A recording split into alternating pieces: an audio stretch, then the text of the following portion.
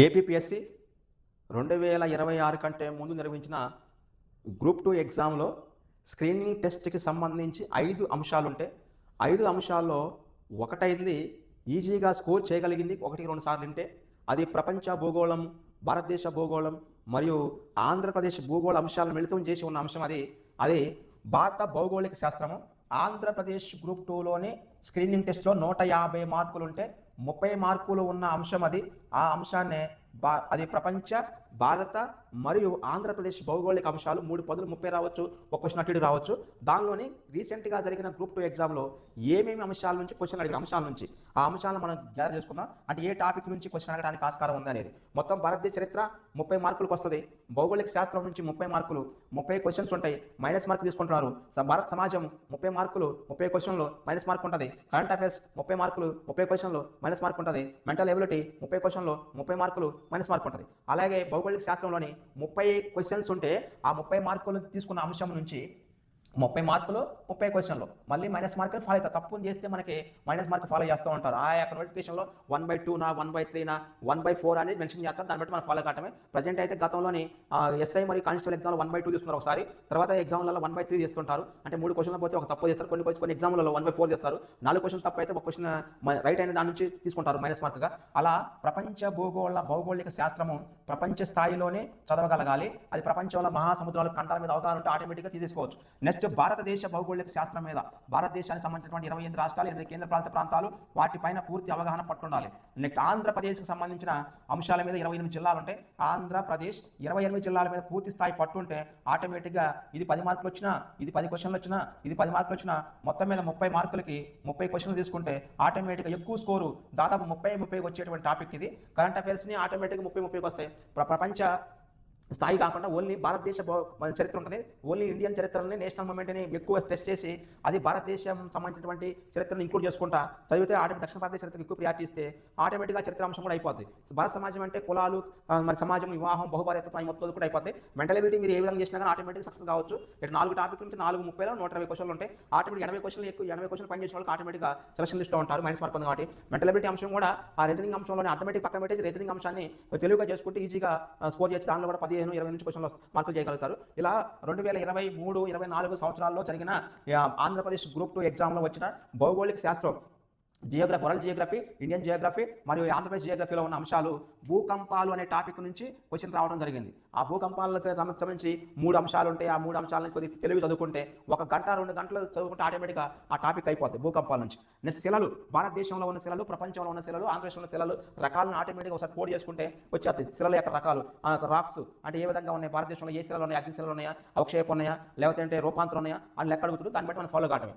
భూస్వరూపాలు అసలు ఎన్ని ఉన్నాయి, దానిలో మన భారతదేశం ఏ భూస్వరూపంలో ఉంది, మనం ఎందుకు అట్టా ఫాలో అవుతున్నాం, ప్రపంచంలో ఎన్ని భూస్వరూపాలు ఉన్నాయి అని అడుగుతుంది. నెక్స్ట్ ఆవరణాలు, ప్రపంచంలోని భూగోళం పైన ఎన్ని ఆవరణాలు ఉన్నాయి, ఏ ఆవరణ మనకు ఎలా ఉపయోగపడుతుంది, ఆవరణం వల్ల మనకు లాభం ఎంత, ప్రజెంట్ మానవాళికి దోహదం చేసేటువంటి ఆవరణం ఎవరు నష్టం కలిగిస్తున్నారు అనే అంశాలు మొత్తం దానిలో ఉంటాయి. నెక్స్ట్ వాతావరణంలో ఉన్న అంశాలు మొత్తాన్ని ఏ వాయువు ఎంత శాతంలో ఉంది, వాతావరణం ఏడెక్కడానికి ఆ యొక్క కారకమైనటువంటి వాయువులు ఏవి, అవి సమృద్ధిగా లభించే ప్రాంతం ఏది, ఆ వాయువుల వల్ల మనకి ఎంత, మానవాళికి ఎంత ఉపయోగకరంగా ఉంది, వాటిని డ్యామేజ్ చేసే అంశాలు ఏమిటనేది దాని అడుగుతారు. తర్వాత 8 కేంద్రపాలిత ప్రాంతాలు ఉంటే భారతదేశంలోనే ఇలా లక్షద్వీపుల మీద వివాదాస్పదంగా ఉన్నప్పుడు, అండమాన్ నికోబార్ దీవులు వివాదాస్పదం ఉన్నప్పుడు, మరి చండీగఢ్ వివాదాస్పదంగా ఉన్నప్పుడు, అంటే యాక్చువల్గా అది కూడా ద్వీపమే కానీ ఒక ద్వీపంగా ఉండేదేమో అండమాన్ నికోబార్ దీవులు ఒక ద్వీపం, మరి లక్షద్వీపులు ఒక ద్వీపంగా ఉంటాయి. మరి ఇదేమో ఆ ద్వీపకల్పంలాగా ఉంటుంది. ఆ ద్వీపకల్పంలో భాగం చండీగఢ్ ఇటీవల ఎన్నికలు జరుగుతుంది కాబట్టి దానిపైన క్వశ్చన్ రావడం కాదు. దక్షిణ భారతదేశంలో ఉన్న ఈ మూడు సదరన్ ఏరియాలో ఉన్న 3 కేంద్రపాలిత ప్రాంతాల నుంచి క్వశ్చన్ అడుగుతూ ఉంటాడు.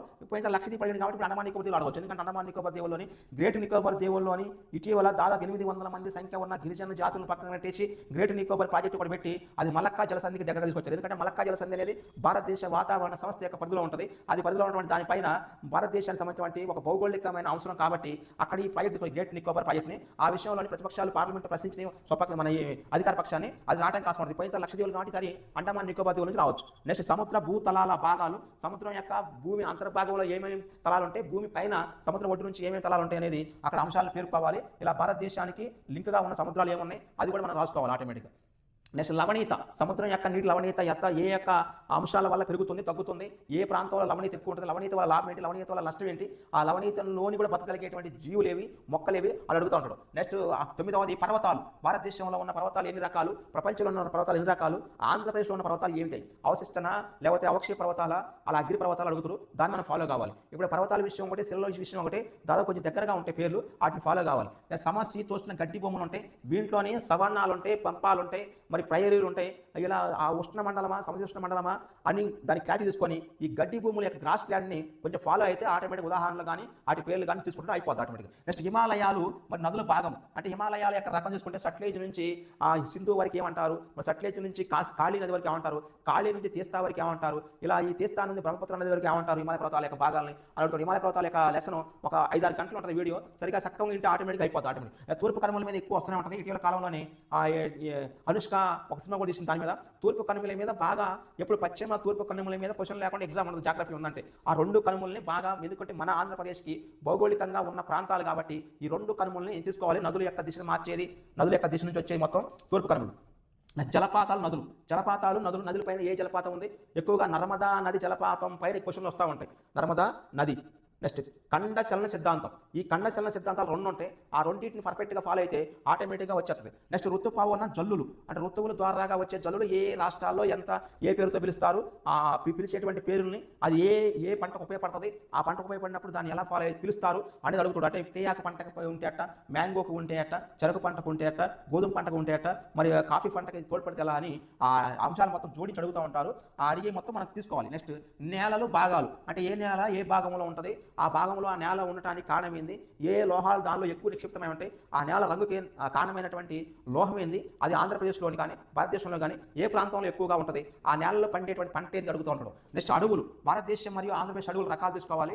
ఆ అడవులని మన ప్రపంచవ్యాప్తంగా లింక్ తీసుకోవాలి. ప్రపంచ అటవీ నివేదికల్లో భారతదేశ స్థానం ఎంత ఉంది, భారతదేశం ఎట్ట ముందుకు వెళ్తుంది, కార్బన్ సింక్ ఎమిషన్లో ఎలా ఫాలో అవుతుంది అనేది అడవులు నిర్ణయిస్తాయి. కాబట్టి ప్రపంచ కొన్ని నివేదికల్లో భారతదేశం ముందుకెళ్లే క్రమంలోనే ఎందుకంటే విస్తీర్ణ పరంగా 32 లక్షల చదరపు కిలోమీటర్ల విస్తీర్ణం ఉన్న భారతదేశం ప్రపంచంలో విస్తీర్ణ పరంగా 7వ స్థానంలో ఉంది. కాబట్టి ప్రతి అంశం నివేదిక ముందు వెనక ఉంటుంది, దాన్ని మనం ఫాలో కావాలి. నెక్స్ట్ ఆంధ్రప్రదేశ్లో నదులు, దాని పుట్టుక. ఆంధ్రప్రదేశ్లో మాత్రమే పుట్టి ఆంధ్రప్రదేశ్ నుంచి సముద్రంలో కలిసే కావాలి. ఎక్కడో పుట్టి ఆంధ్రప్రదేశ్ నుంచి ప్రవహించేటువంటి కృష్ణ, గోదావరి, ఆ పెన్న, ఆ తుంగభద్ర, ఆ నదులు కాకుండా ఇక్కడ లోకల్లో చిన్న వాగులు ఉంటాయి, ఆ వాగులను వంకలు నదులుగా ఉంటాయి, అవి మనం ఫాలో కావాలి. నెక్స్ట్ ఆంధ్రప్రదేశ్లో నేలలు, ఏ ప్రాంతంలో ఒండ్రు ఉన్నాయి, ఏ ప్రాంతంలో లాటరైట్ నేలలు ఉంటాయి, ఏ ప్రాంతంలోని జేగురు నేలలు ఉన్నాయి, ఏ ప్రాంతంలోని నల్ల రేగడి, ఎర్ర రేగడి, ఆ నేలలో ఏ పంటకు అనుకూలంగా ఉంటాయి, ఈ మాగాడి నేలలకి అనువైనటువంటి ప్రాంతం ఏది, ఆ డెల్టా ఏది, నదుల యొక్క నిక్షిప్తం వల్ల ఏర్పడిన వాటిని ఏ ఆకారంలో చూపిస్తారని అడుగుతూ ఉంటాడు. నెక్స్ట్ ఆ షెడ్యూల్ ట్రైబ్స్ మరియు ఆ యునైటెడ్ టెరిటరీస్ రాష్ట్రాలు, కేంద్రపాలిత ప్రాంతాలు, రాష్ట్రాల్లో ఉన్న ఈ షెడ్యూల్ ట్రైబ్స్ యొక్క జీవన విధానం మీద ఇప్పుడు అడుగుతుంటారు ఎగ్జామ్లోని. ఎందుకంటే భౌగోళికంగా వాళ్ళు ఆ ప్రాంతాల్లో లొకేట్ అయి ఉంటారు, మిగతా ప్రాంతాలు లొకేట్ కాదు. అట్లా పీవీటీజీస్ ఉంటారు, వాళ్ళు కూడా మనం ఏ యొక్క జిల్లాలో ఉన్నారు, వాళ్ళకి జీవన విధానానికి వాళ్ళ కొన్ని ఆచార వ్యవహారాలు ఉంటాయి, వాళ్ళ పండుగలు, వాటి మొత్తాన్ని దీనిలో ఇంక్లూడ్ చేసుకోవాలి జాగ్రఫికల్గా. నెక్స్ట్ ఋతుపవనాలు. భారతదేశం అంటే ఋతుపవన వ్యవస్థ.